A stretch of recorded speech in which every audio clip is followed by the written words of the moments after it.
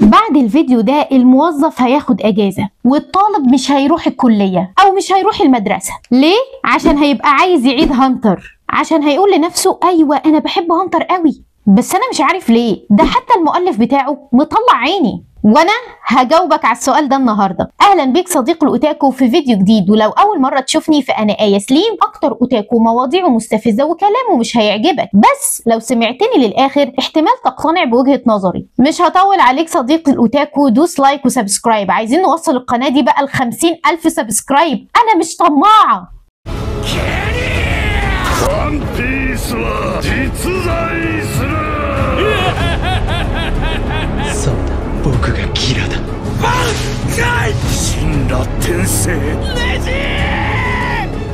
يوش إيكيموشو.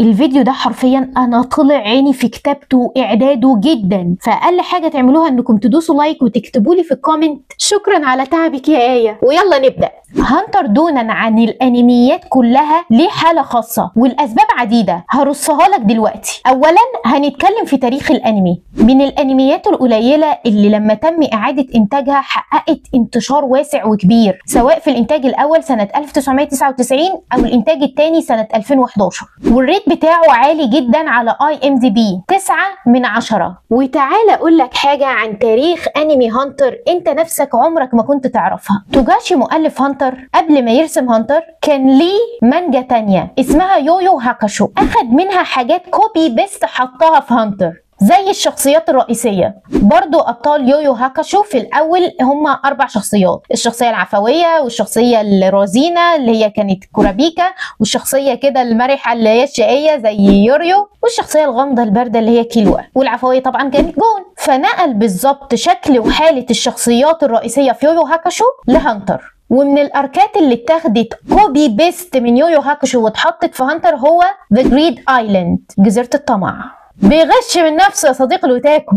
هو مش بيغش، يعني هو صاحب العملين وليه الحق ان هو يعمل كده. انا صاحب الكوره وانا اللي اقول له يلا. كالعاده ده افيه ملوش علاقه خالص باللي بيحصل، بس انا بحب اقول حاجات كده ملهاش لازمه في النص. وما عملش الحركه دي ابدا غير هو توجاشي، كعاده كل المانجاكا التانيين زي اودا وكيشيموتو كان ليهم مانجات اكيد قبل وان بيس وناروتو، بس ما خدوش منها قوي كده، حطوها في المانجات الناجحه بتاعتهم. اكتب لي صديق الاوتاكو في الكومنتات هل كنت تعرف المعلومه دي ولا لا.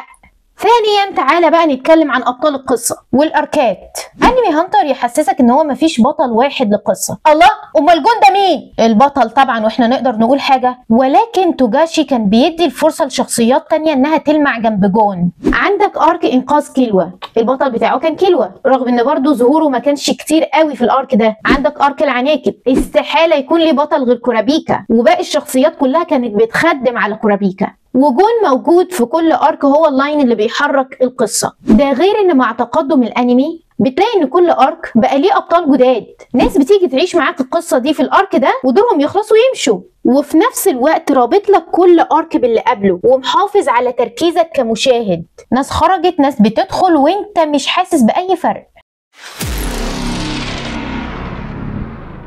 سيب هانتر على جنب شويه وتعالى نشوف انميات تانية. وان بيس مثلا، لو جيت عملت ريواتش ليه، في بعض الاركات اللي ممكن تعمل لها سكيب عادي ما تشوفهاش، مش عشان هي فيلر، عشان خاطر انت هتحس ان هي مش منتظر حاجه تفكرك بالقصه او اي حاجه. انا مش عارف هما ليه اصلا في الارك ده دلوقتي، زي جزيره البرمائيين اللي هي اصلا اتعمل لها اعاده انتاج، اللي هي دونا عن كل الاركات مسكوا ده وقاموا عاملين له اعاده انتاج. ليه يا اسطى؟ ده انا يعني بحس ان الارك ده ملوش لازمه. طبعا في ناس هتخش دلوقتي في الكومنتات وتقول لي انت ما بتفهميش حاجه. بصراحه مش انتوا بتوع اليوتيوب ما بيقولوش كده، انتوا عالم محترمه، بس هلاقي حد برضو معترض. عامه ده قصدي ان في اركات في انميات تانية ممكن تعديها، لكن اركات هانتر عامة متصلة ببعض.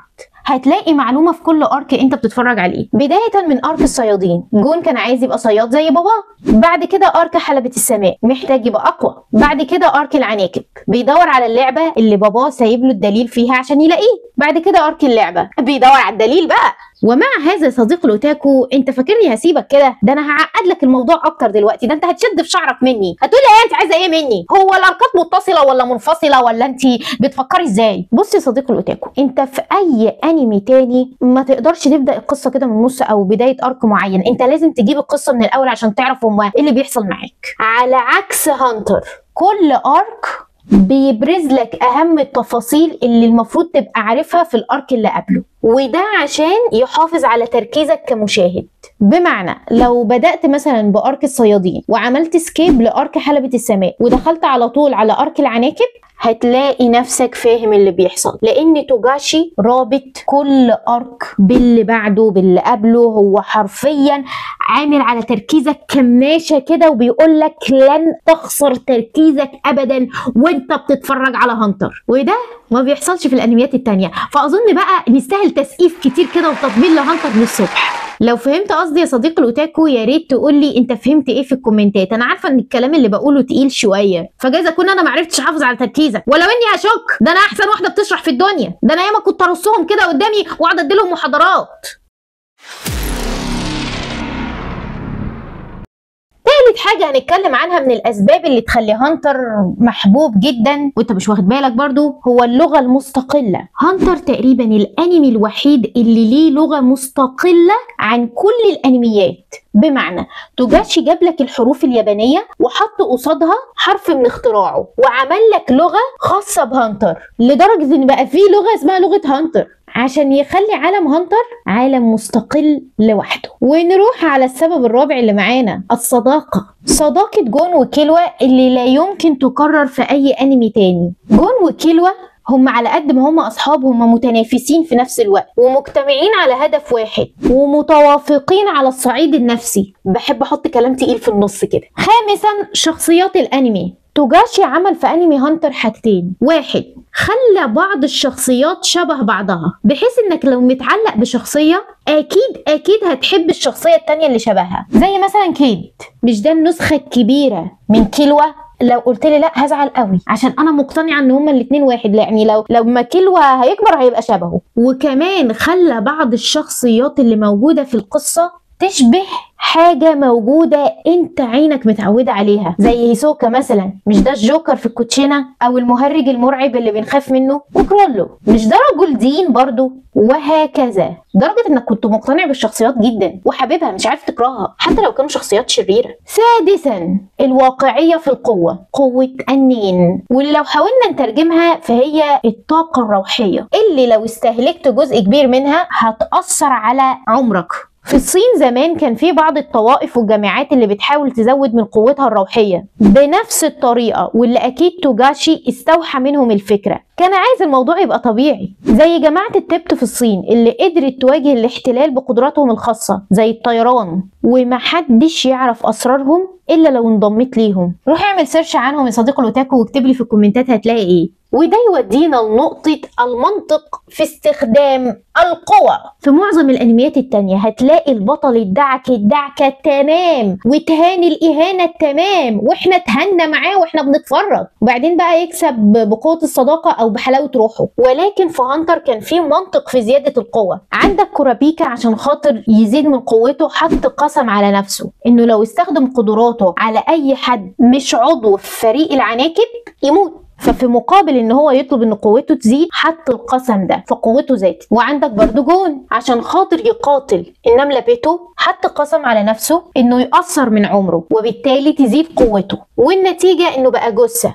لسه فيه روح بس لا يمكن يعيش حياة طبيعية، ودي حاجة انفرد بيها توجاشي. دي كانت النقطة السابعة، انا مش ناسية العد على فكرة. يلا بقى نروح على النقطة الثامنة، سوداوية الاحداث والتويستات اللي بتحصل في هانتر. يعني مين يصدق ان شخصية لطيفة وجميلة زي كورابيكا تبقى كئيبة ومتوحشة في ارك العناكب وما عندهاش مانع تعمل اي حاجة مؤذية لمجرد انها تحقق هدفها؟ اللي هو ازاي ده كان لطيف قوي في ارك الصيادين، ده كان جميل خالص، تروح كده على ارك العناكب اعوذ بالله في ايه اللي حصل؟ شربت الواد ايه؟ وجون اللطيف مثلا اللي كان بيحتقر كرولو في ارك العناكب وبيقول له انت ازاي ما بتقدرش قيمة حياة الانسان كده، هو نفسه اللي ما كانش عنده مانع خالص يقتل البنت اللي بتعالجها النملة بيتو في حالة لو ما عرفتش ترجع كيد للحياة. هو كيد ولا كايدو؟ كايدو. انا الاسامي دخلت في بعضها، اكتب لي الاسم الصح في الكومنتات يا سلام وانا هغلب. صحح لي يا صديقي الاوتاكو في الكومنتات. زيد على كده انك فعلا لو جربت تجيب هانتر من اوله لاخره، ده لو عندك صحه وعندك وقت، هتلاقي ان الانمي عمال يزداد سواد سواد سواد سواد لغايه ما رحنا الارك النمل بقى كله اسود وما فيش حاجه بتسمي علينا، اللي هو ايه الكآبه دي؟ فحقيقي انمي تحول من كوميديا ولطافه وجو جميل وربيع وصباحي تقريبا طول الوقت، كل الانمي كان الصبح، لانمي سوداوي كئيب لدرجه ان ارك النمل تقريبا كل الحلقات كانت تحس انها في الليل، متصوره في الليل. ودي حاجه برضو لذيذه في انمي هانتر، انه خلى الانمي حالته تناسب جوه. طبعا انا معرفش انت فاهم قصدي ولا لا، ربنا يسترها واكون حافظت على تركيزك وما يبقاش توجاش احسن مني. بجد هزعل لو هو عارف يحافظ على تركيز المشاهد وانا مش عارفه احافظ على تركيز صديق الاوتاكو. يلا نروح بقى على النقطه التاسعه والاخيره، كيلوا. شخصيه كيلوا بالذات تستاهل ان احنا نقعد نتكلم عنها بتاع نص حلقه تقريبا. ما سالتش نفسك صديق الاوتاكو ازاي توجاشي قدر يعرف يعمل شخصيه محدش يكرهها وتتحب الحب ده كله لدرجه ان بطل الانمي بيتنسي جنبه؟ حرفيا هانتر الانمي الوحيد اللي بطل الانمي منسي جنب الشخصيه اللي هي اللي هو صديقه. يعني انت لو في ون بيس لا انت بتحب لوفي اكتر من الكل. في ناس بتحب زورو بس الرانك بتاع لوفي اعلى. ناروتو نفس الموضوع، في ناس بتحب سوسكي بس الرانك بتاع ناروتو اعلى. لكن هانتر استحاله كيلوا رقم واحد دائما وابدا.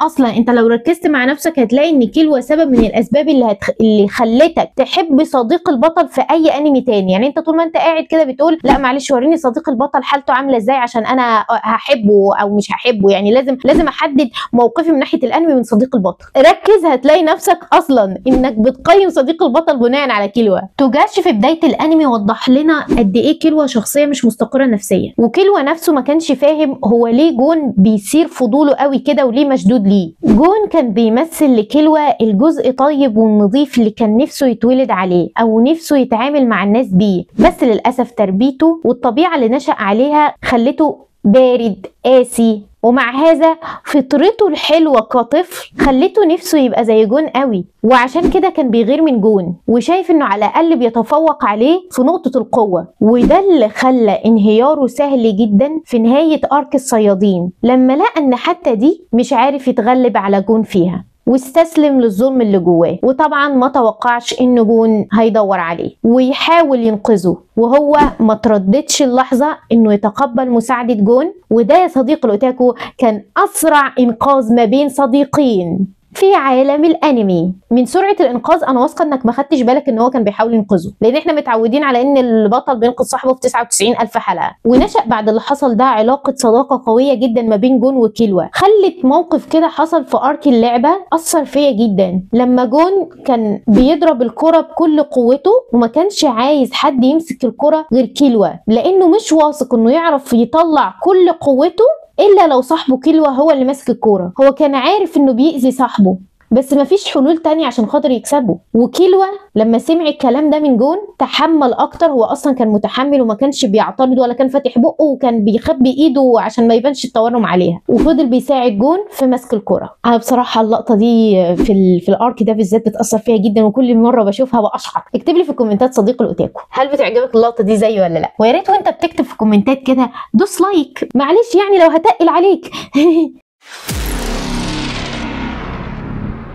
وبكده خلصنا اسباب هو ليه انمي هانتر انمي جامد جدا واحنا ليه متعلقين بيه كده قوي. ولو عندك يا صديق الاوتاكو اسباب مختلفه عن اللي انا قلتها، لا انت تحط بقى في الكومنتات اللي انت عايزه، وانا على قد ما اقدر بحاول اقرا كومنتاتكم كلها وارد عليها. وكالعاده صديق الاوتاكو لا تنسى الدعاء لاخواتنا، هم حقيقي في امس الحاجه للدعاء. وكمل على المقاطعه لو انت شايف ان هي ملهاش تاثير يبقى بيتهيأ لك، تاثيرها كبير وواضح. كفايه ان انت تعرف تقول لربنا انك عملت حاجه، انك على الاقل قطعت عشانهم. ولو كملت الفيديو للاخر صديق الاوتاكو شكرا جدا. ما تنساش تتابعني على كل منصاتي هتلاقيه في الديسكريبشن، واكتب لي في الكومنتات عايزني اكلمك عن ايه الفتره الجايه، ودوس لايك وسبسكرايب بقى واعمل الحاجات الحلوه دي اللي اي يوتيوبر بيبقى عايزها. وقول معايا يوش ايكيموشو.